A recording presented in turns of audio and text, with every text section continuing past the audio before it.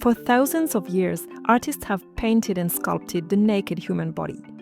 Sometimes divine and idealized, sometimes scandalous and censored. Across centuries, the genre of the nude in art has reflected shifting ideals of beauty and morality and carried a multitude of symbols. What made the nude such a central subject in Western art? And how did the meaning of the nude change from one era to another? Let's dive into the history of the nude in art.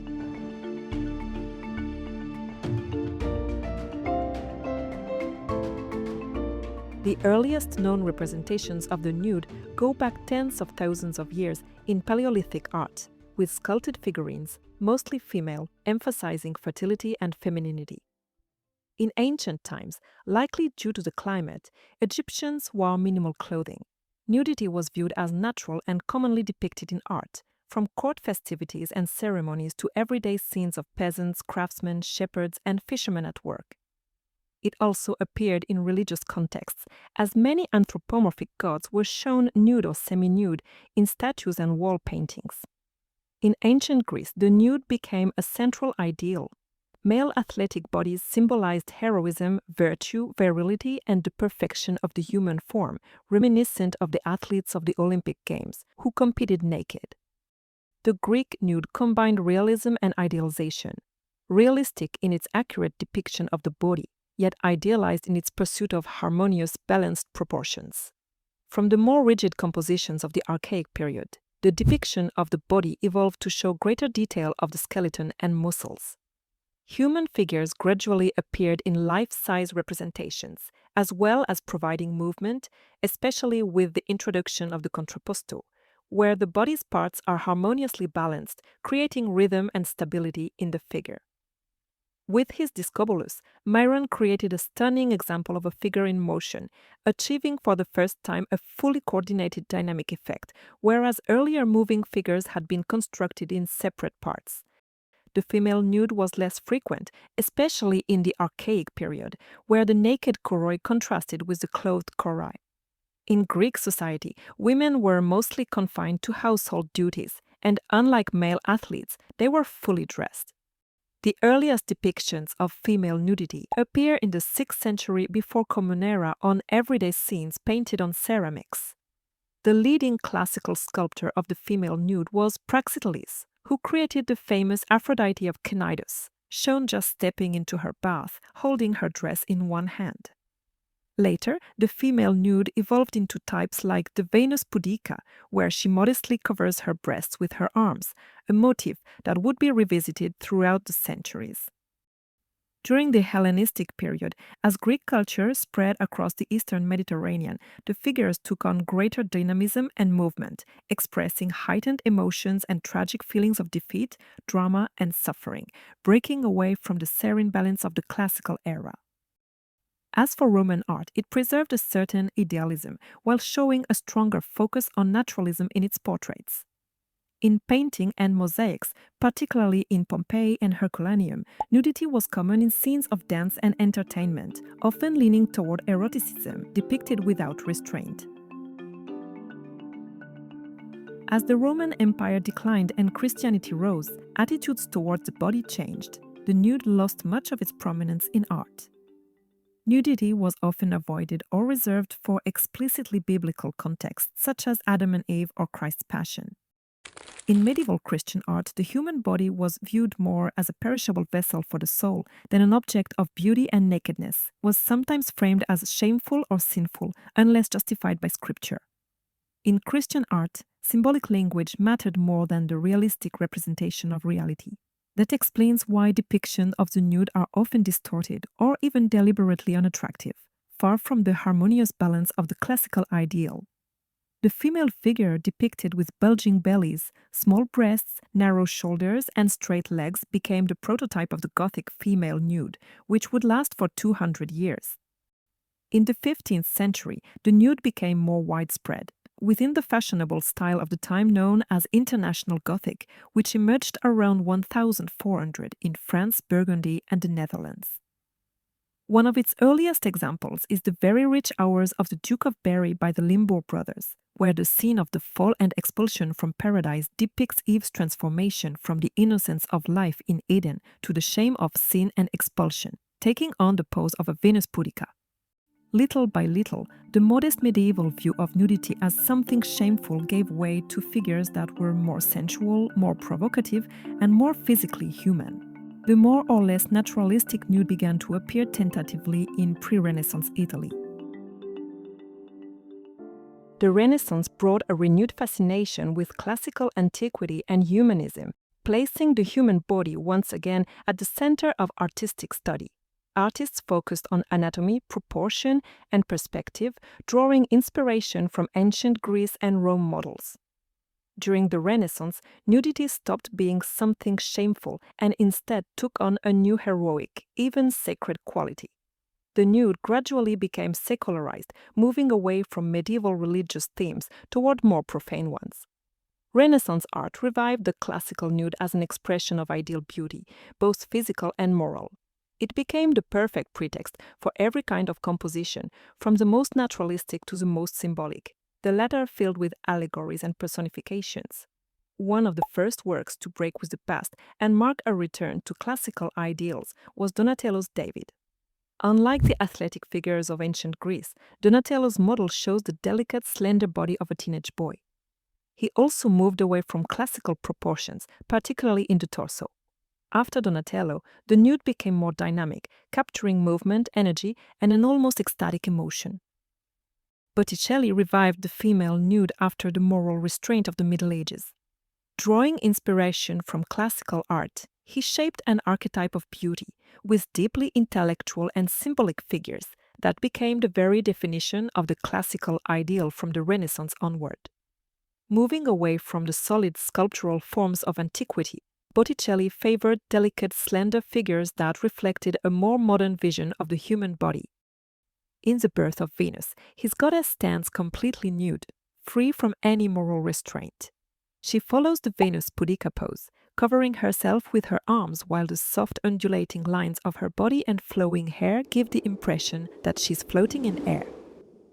Leonardo da Vinci moved away from classical ideals, creating naturalistic figures based on his extensive anatomical studies. Yet, despite his deep scientific fascination with the human body, documented in hundreds of drawings, he painted only a few nudes. Interestingly, for Leonardo, anatomy was mainly a tool to understand human proportions for his figures, even when they were clothed in the final work, rather than an end in itself. The Renaissance nude reached its peak with Michelangelo, for whom the human body held a divine essence. In his religious works, the suffering of Christ gives way to a serene spiritual strength. His figures are muscular and dynamic, with powerful torsos, strong contours, and bold torsions. Though they echo classical balance and may look like Greek statues, their exaggerated proportions and tense expressions reveal a deeply personal vision filled with emotional intensity. In the 16th century, the nude became a widely accepted artistic theme across Europe, largely due to engravings of classical Greco-Roman works. The Venetian school both continued classical traditions while exploring new techniques and styles. Giorgione's and Titian's nudes, with their generous proportions and full waists, set a standard for the Venetian female nude that lasted for decades and influenced artists beyond Italy through Dürer, reaching Germany, the Netherlands, among a bourgeois audience eager for such works, and even later Rubens in the Baroque era. In Northern Europe, Hieronymus Bosch maintained a link to Gothic forms, but with greater naturalism and boundless imagination. Naked figures, both human and monstrous, abound in scenes overflowing with lust. In medieval iconography, nudity often symbolized the dead or the damned, while the living were shown clothed, marking a moral and spiritual distinction between earthly life and the afterlife. Lucas Cranach the Elder developed his own version of the nude, rooted in Gothic tradition, while Dürer evolved from Gothic forms toward Italian Renaissance classicism inspired by Venetian models, notably the female canons of Giorgione and Titian. Hans Holbein the Younger, on the other hand, focused mainly on religious paintings and portraits and rarely depicted the nude, though his masterpiece, The Body of the Dead Christ in the Tomb, stands out as a remarkable exception. By the late 16th century, Mannerism transformed these ideals with exaggerated proportions, complex poses, dramatic compositions, and emotional intensity, replacing classical harmony with a more imaginative and expressive vision of beauty. Artists showed the world as they imagined it, not as it really was. Meanwhile, in France, Mannerism mainly developed through the school of Fontainebleau, known for its courtly, sensual style and decorative richness. In Spain, the Renaissance arrived late. El Greco was one of the main innovators of Spanish painting at the time, trained in the Venetian school.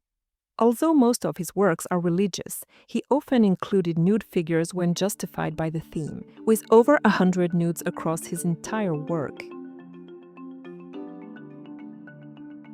In the Baroque period, the female nude remained central, appealing to aristocratic patrons. Mythological subjects and allegorical portraits, where naked women embodied concepts like justice or truth, became common. The classical heroic diagonal evolved into the heroic spiral, using dynamic exaggerated movement to convey drama and intensity. Rubens placed great emphasis on the design of his figures, studying earlier artists in depth. His robust and carnally sensual female figures defined the ideal of beauty in his time. He excelled at capturing skin tones, textures, and giving his figures a sense of weight and solidity. He was also a master at making his compositions dynamic, drawing inspiration, for example, from the undulating movement of the Laocoon. In contrast, Rembrandt inherited the rounded forms of the Nordic Gothic nude. He followed nature rather than rules, driven by a bold realism and perhaps compassion for society's marginalized, the elderly, prostitutes, drunks, beggars, and the disabled. Guided by a biblical sense of Christianity, he saw poverty and ugliness as natural and as deserving of attention, as wealth and beauty. In Italy, Caravaggio pioneered a style called Caravaggism, grounded in strict naturalism and marked by bold chiaroscuro, called Tenebrism, to achieve dramatic and striking effects through the interplay of light and shadow. In Bologna, Marcantonio Franceschini embodied the idealized side of the Baroque nude. Influenced by Carracci, he sought harmony and purity through graceful forms and soft light, offering a moral and serene vision far from Caravaggio's realism or Rembrandt's compassion. In Spain, the nude remained mainly a religious theme, although it also explored allegorical and mythological subjects, and the Baroque style persisted there well into the mid-18th century. However, Diego Velázquez enjoyed considerable freedom, likely due to his position as royal painter to Philip IV, allowing him to depict more nudes than any other Spanish artist of his time. Venus at her mirror is one of the most famous nudes in history.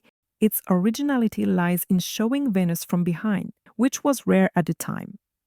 Her pose looking into a mirror probably represents an allegory of vanity. In the Baroque period, the nude also developed significantly in sculpture. We must mention Gian Lorenzo Bernini in Italy, whose works captured the dynamic, sinuous movement typical of the Baroque, showcasing his mastery of modeling and the drama of the action. And in France, we can mention artists such as Pierre Puget and François Girardon, whose sculptures adorned the gardens of the Château de Versailles at that time. The 17th century also saw the rise of Classicism in Italy and France, characterized by idealized forms, noble subjects inspired by the ancients, balanced and harmonious compositions, with restrained and controlled emotion.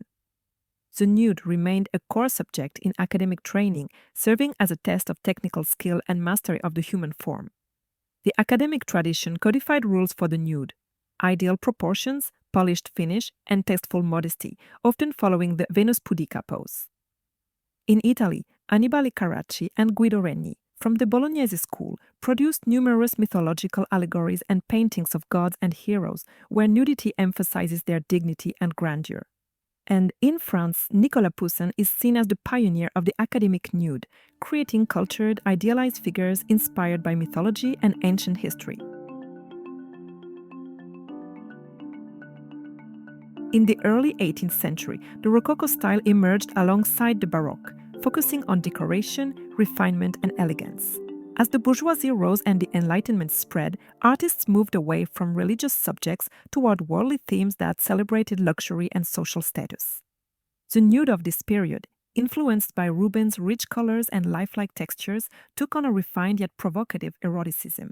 In France, where it flourished most, echoes of Gothic elegance remained in the elongated bodies with small breasts and prominent stomachs.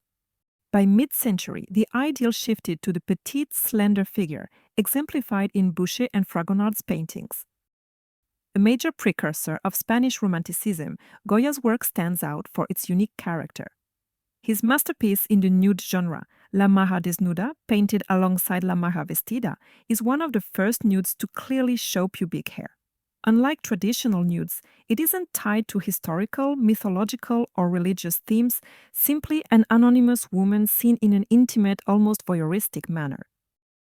Romanticism emphasized emotion, imagination, and individual experience over classical restraint and idealized forms. Artists explored dramatic, sometimes supernatural or literary subjects, using expressive poses, intense gestures, and striking compositions to convey passion and psychological depth. After the French Revolution, the rising bourgeoisie favored a return to pure, austere classical forms, rejecting the ornamental excess of Baroque and Rococo linked to the aristocracy.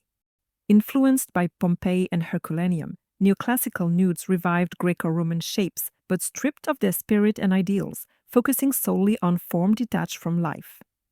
In sculpture, the great neoclassical sculptor par excellence was Antonio Canova, who drew inspiration from the great Renaissance masters. His works combined the serenity and harmony of pure classicism with human sensitivity and a decorative Italian touch. Jacques-Louis David was the leading figure of neoclassicism, adopting an academic style inspired by Raphael and Poussin, marked by severity, balance, and technical precision. François Gérard pursued ideal beauty through soft colors and smooth cerulean-toned skin. He maintained the classical ideal but softened its severity, leaning toward a sensual, erotically graceful style.